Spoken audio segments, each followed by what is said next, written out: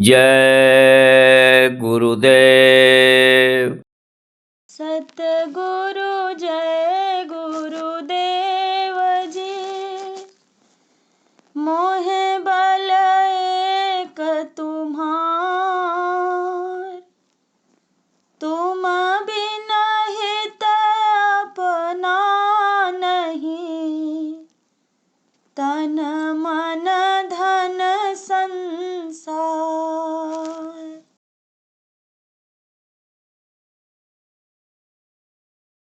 जय गुरुदेव सतगुरु स्वामी। चरणों में शतकोटि प्रणाम। ऐसी दया करो स्वामी जी, बिरह तड़प उपजे गुरु जी। अंतर दीप जले। जय गुरुदेव सतगुरु स्वामी। चरणों में शतकोटि प्रणाम। ऐसी दया करो स्वामी जी, बिरह तड़प उपजे गुरु जी। अंतर दीप जले। बिरह अश्रु नैनों से टपके, हृदय कसक कस के। उठत बैठत प्रेम रस डूबूं, ध्यान नहीं बिसरे गुरु जी। अविरल भक्ति जगे। विरह अश्रु नैनों से टपके, हृदय कसक कस के। उठत बैठत प्रेम रस डूबूं, ध्यान नहीं बिसरे गुरु जी। अविरल भक्ति जगे। सुमिरन साधन भजन बने नित, घंटा शंख बजे। दिव्य ज्योति में रूप निहारूं, चरण कमल प्रगटे गुरु जी। बंसी बीन सुने गुरु जी। अंतर दीप जले। सुमिरन साधन भजन बने नित, घंटा शंख बजे। दिव्य ज्योति में रूप निहारूं, चरण कमल प्रगटे गुरु जी। बंसी बीन सुने गुरु जी। अंतर दीप जले। नहीं जानती अगम अनामी, नहीं अलख सतनाम। अपना परिचय दिया आपने, मुझको पास रखो गुरु जी। सागर बूंद मिले गुरु जी। अंतर दीप जले। नहीं जा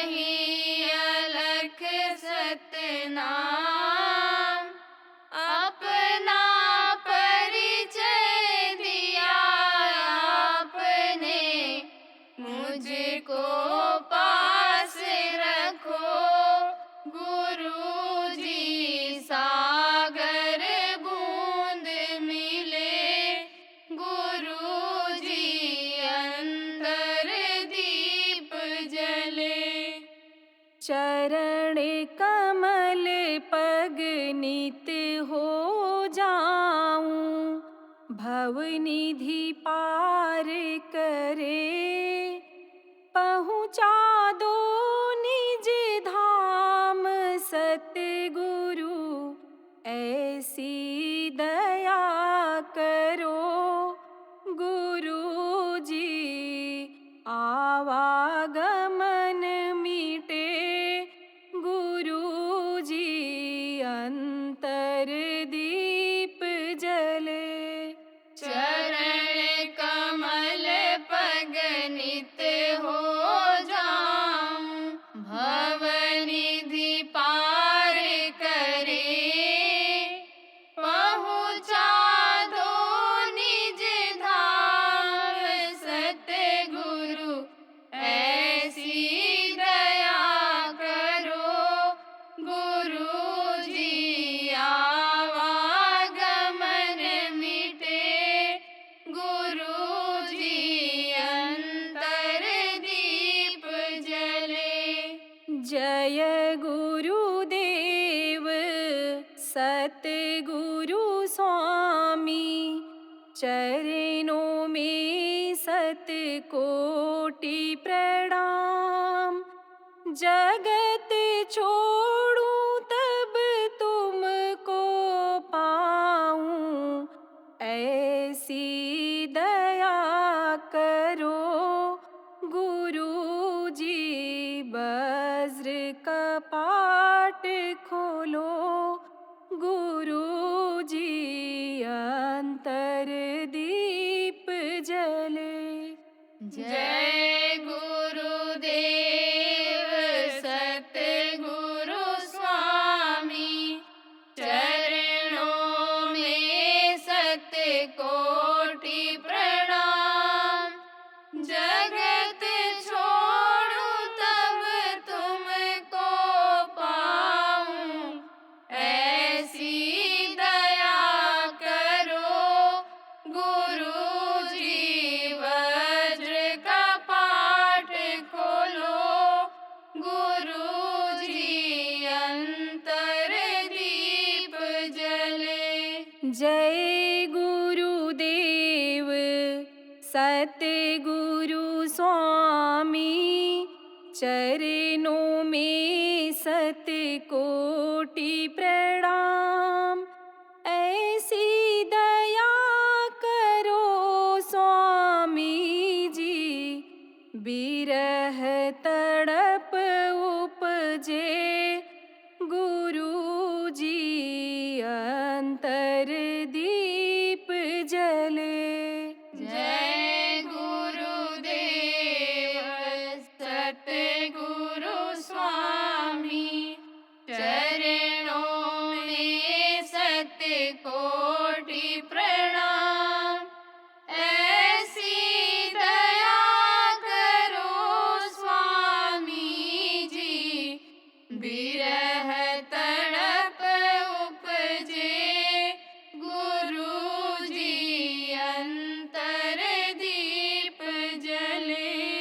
गुरु जी ऐसी दया करो गुरु जी, ऐसी मौज करो गुरु जी, ऐसी दया करो गुरु जी, ऐसी मौज करो।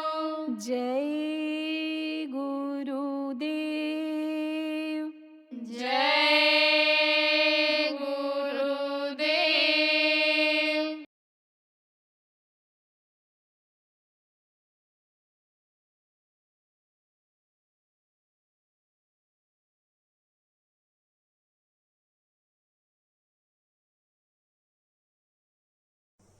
वो था न एक बेचारा बड़ा गरीब था, माँ अंधी थी और लड़के भी नहीं थे उसके, बहुत दुखी रहता था।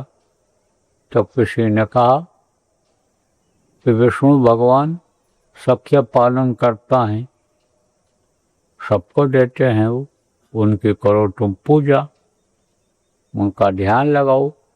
तो ध्यान लगाया तो जा पर जाकर सत्य सने हो, ताहि मिले में कर संदेह हो। गोस्वामी जी महाराज ने कहा, सच्ची भावना से, सच्ची इच्छा रख के, संकल्प बना करके जब कोई काम करता है आदमी, अच्छा काम, तब उसमें सफलता मिल जाती है।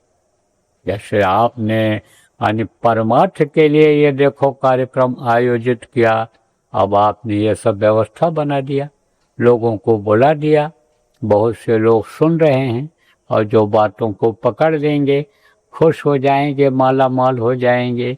ऐसे ही इच्छा अच्छे काम के लिए करके जो चलता है उसमें सफल हो जाता है।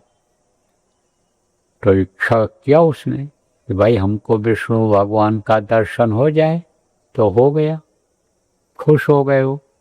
तुमने हमको पाने के लिए बहुत मेहनत किया, तपस्या किया, तो कहा अब हम तुमको वरदान देंगे, लेकिन एक ही वरदान मिलेगा, कुछ भी तुम मांग लो।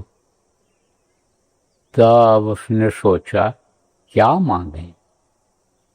मांदी है, गरीबी साथ नहीं छोड़ रही है, गरीब घर में ही पैदा हुआ लेकिन गरीबी नहीं जा रही है, जवानी आ गई, शादी ब्याह हो गया लेकिन गरीबी नहीं जा रही है, लड़का भी कोई नहीं पैदा है हो रहा है, क्या करूं, कौन सा वरदान मांगू।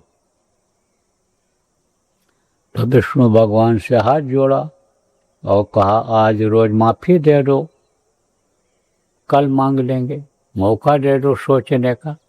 बोले ठीक है, 24 घंटे का समय दिया है, अब तुम जाओ और कल फिर यहीं आना, ध्यान लगाना इसी जगह बैठ करके, तब कल मांग लेना, कल मैं दर्शन दूंगा अंदर में आपको। उनका दर्शन इन बाहरी आंखों से नहीं हो सकता है, अंदर में होता है। कल आपको बताया था कि तीसरी आंख खुलती है तो दर्शन होता है। आज जो नए लोग आ पाए हो उनको 12 बजे से जो सत्संग होगा उसमें बता दिया जाएगा, उसमें यह नामदान दे दिया जाएगा, तो तीसरी आंख से दर्शन होता है। तो कहा जाओ, विष्णु भगवान ने कहा जाओ कल मांग लेना, आ जाना यहीं पर, ध्यान लगाना, तो मैं मिलूंगा, वरदान दे दूंगा तुमको। आया तो सोचा कि चलो सबसे पहले पत्नी से पूछते हैं, अर्धांगिनी है, गृहस्थी को चलाने में मदद करती है, दुख सुख में हमारे शामिल रहती है, घर की लक्ष्मी है, तो सबसे पहले उससे पूछा जाए। पूछा, बोल क्या मांगूं, एक वरदान मिलेगा। उसने कहा मेरे पति देव एक बच्चा मांग लो, मेरी भी किस्मत खुल जाए।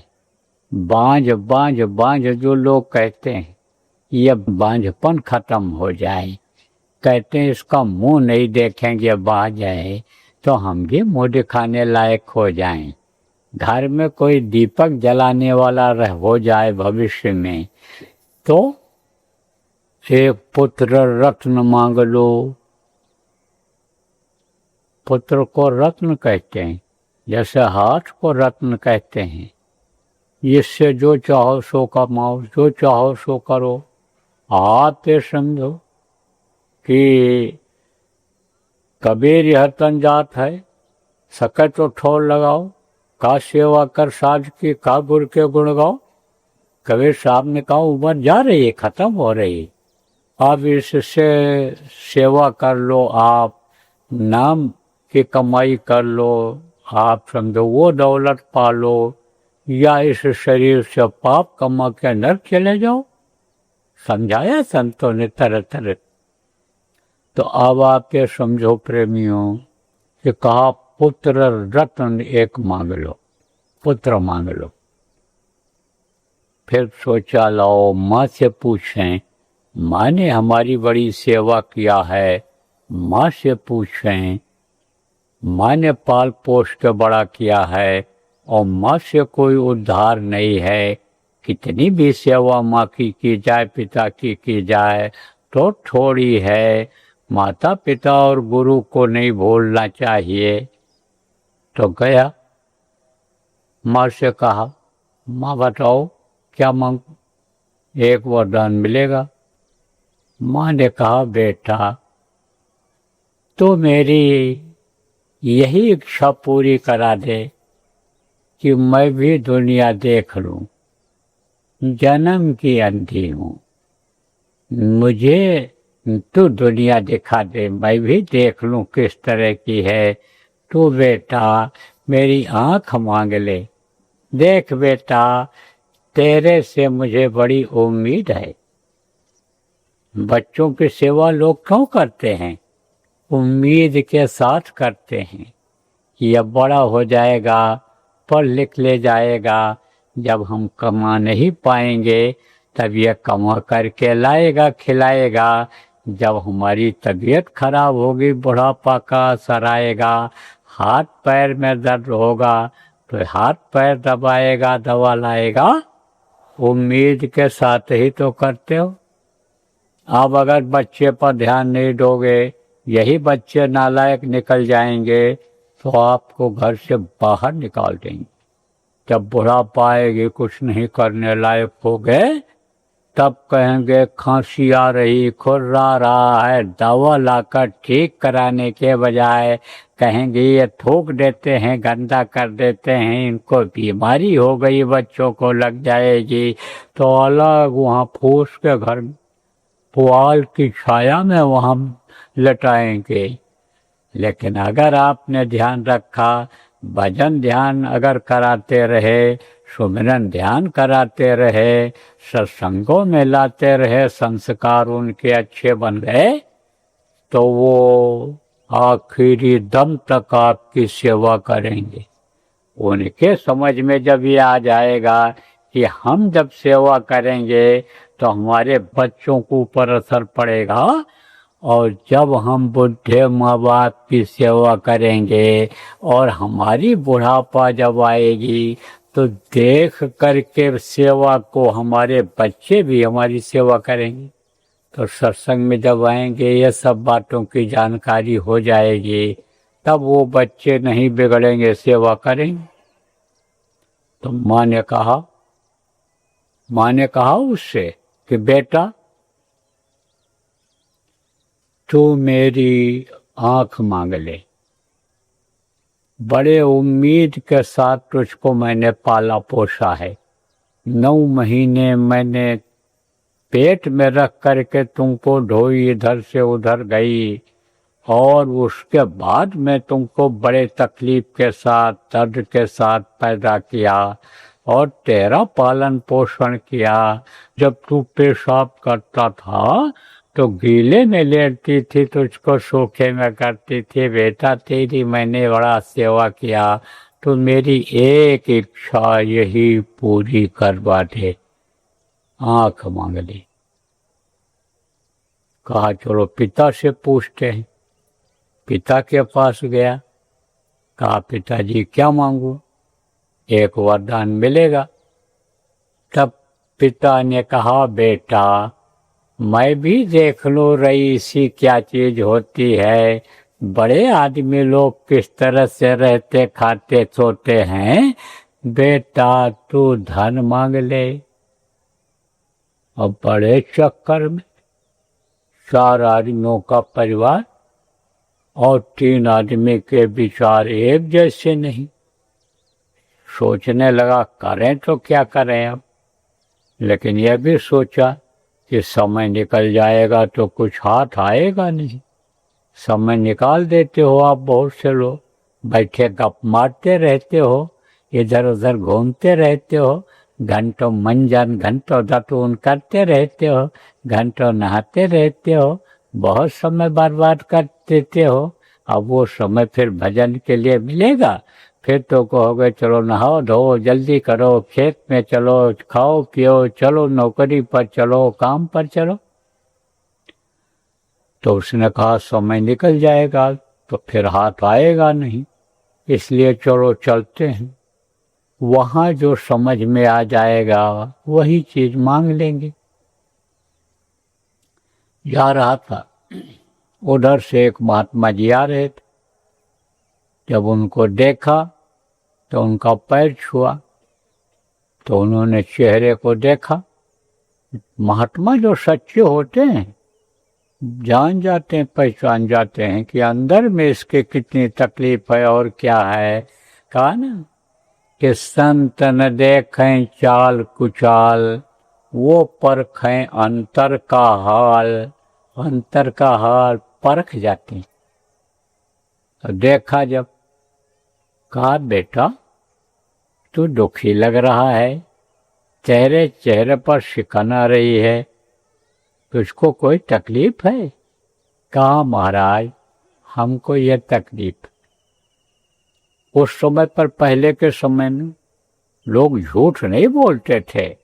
अब तो झूठ है लेना, झूठ है देना, झूठ है भोजन, झूठ चबैना। झूठ का जामा पहन लिया, झूठ का कपड़ा पहन लिया, झूठ का मोर लगा लिया, ताज लगा लिया झूठ का, आपके पगड़ी बांध लिया झूठ का। तो जब सच छोड़ोगे तो सच्चिदानंद मिलेगा? नहीं मिलेगा। भगवान के लिए भी कहा जाए कि भगवान तुमको मिल जाएंगे बिलवारे, तो भी सब हाथ उठा दोगे। लेकिन कहा जाए सच बोलना पड़ेगा तो वो भारी लगेगा, कठिन लगेगा। कैसे मिलेगा सच्चिदानंद? तो उस समय पर लोग झूठ नहीं बोलते थे। प्राण जाई बर वचन न जाई। राजा हरिश्चंद्र का इतिहास बता रहा है कि उन्होंने जो वचन दे दिया उसका पालन किया। वचन जो दे देते थे उसका पालन करते थे। देखो यह भी इतिहास मिलता है कि मूछ का एक बाल निकाला और गिरवी रख करके रुपया 1,50,000 ले आए, और देने वाले को विश्वास कि ये मूछ का बाल रख करके जा रहा है, यह हमारा रुपया वापस कर जाएगा, उसी पर दे देते थे रुपया। और आजकल देखो पुर नोट भी लिख देते हैं, एग्रीमेंट भी कर देते हैं, और फिर मांगने पर उसी के खिलाफ मुकदमा दायर कर देते हैं। तो कैसे चलेगा ये? यानी समझो कैसे रहेगा इस धरती पर धर्म? और धर्म का ह्रास होगा तो परिवर्तन होगा, और परिवर्तन होगा तो मरेंगे बहुत। देखो जब जब परिवर्तन हुआ, बदलाव हुआ त्रेता में, बहुत मरे।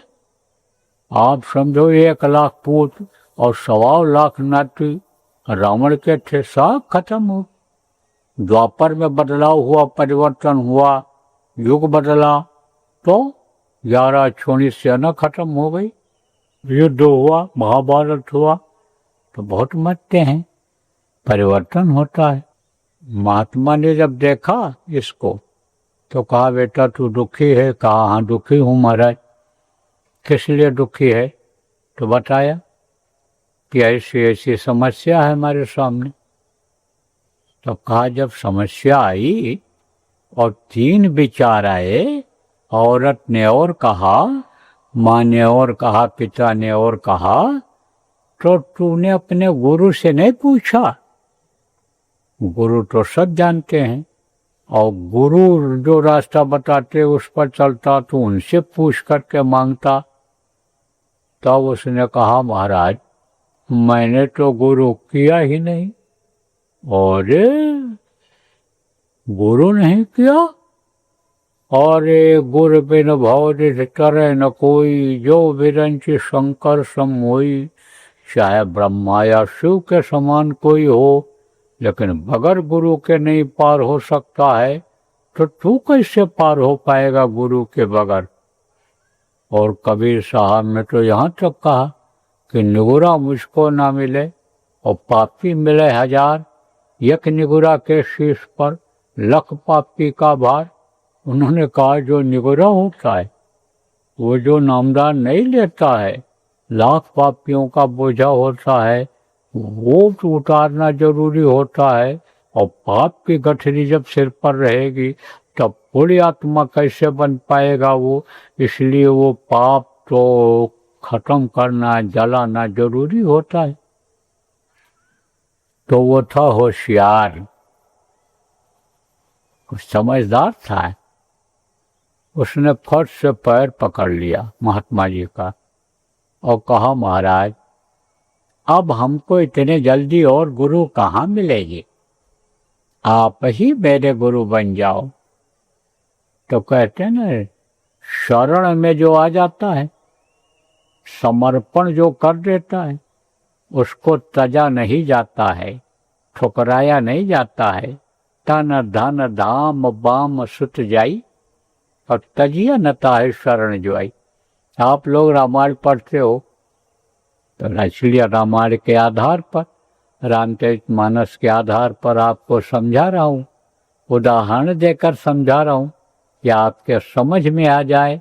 क्योंकि पढ़े लिखे लोगों के समझ में कम आता है, वो तर्क वितर्क करते हैं, इसलिए आपको उदाहरण देकर समझाता। तो कहा गया, तन धन धाम बाम सुत जाई। तन चला जाए, धन चला जाए, स्त्री चली जाए, परिवार चला जाए, सब कुछ चला जाए, लेकिन जो शरण में आ जाए उसको तजना नहीं चाहिए। उसकी जो हो सके ज़्यादा से ज़्यादा मदद करनी चाहिए। तो जो पैर पकड़ लिया और कहा, महाराज आप ही मेरे गुरु बन जाओ, आप ही हमको रास्ता बता दो। तब उन्होंने कहा, अच्छा देख, जैसा मैं कहूँ वैसा ही जा कर के तू कहना। कहा, वैसा ही कहूँगा। तब कहा महात्मा जी ने कि जा करके तू ध्यान लगाना, जब अब विष्णु भगवान का दर्शन हो तब उनसे ये कहना कि हमको एक वरदान दे दो आप, कि हमारे 7 मंजिला मकान पर सोने की छतरी के नीचे चांदी के कटोरा में दूध भात मेरा लड़का खाए और मेरी माँ देखे। केवल एक वरदान दे दो बस, कि मेरे 7 मंजिला मकान पर सोने की छतरी के नीचे चांदी के कटोरा में दूध भात लड़का मेरा खाए और मेरी माँ देखे। बस केवल एक वरदान यही दे दो, मेरे माँ को यही दिखा दो।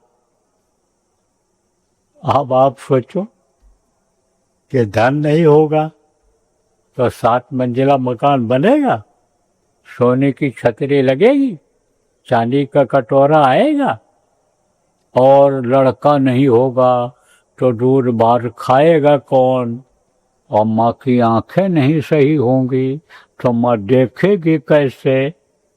तो कहते हो ना कि एक तीर में 100 शिकार, ऐसे ही समझ लो कि एक साधे सब सधे और सब साधे सब जाए।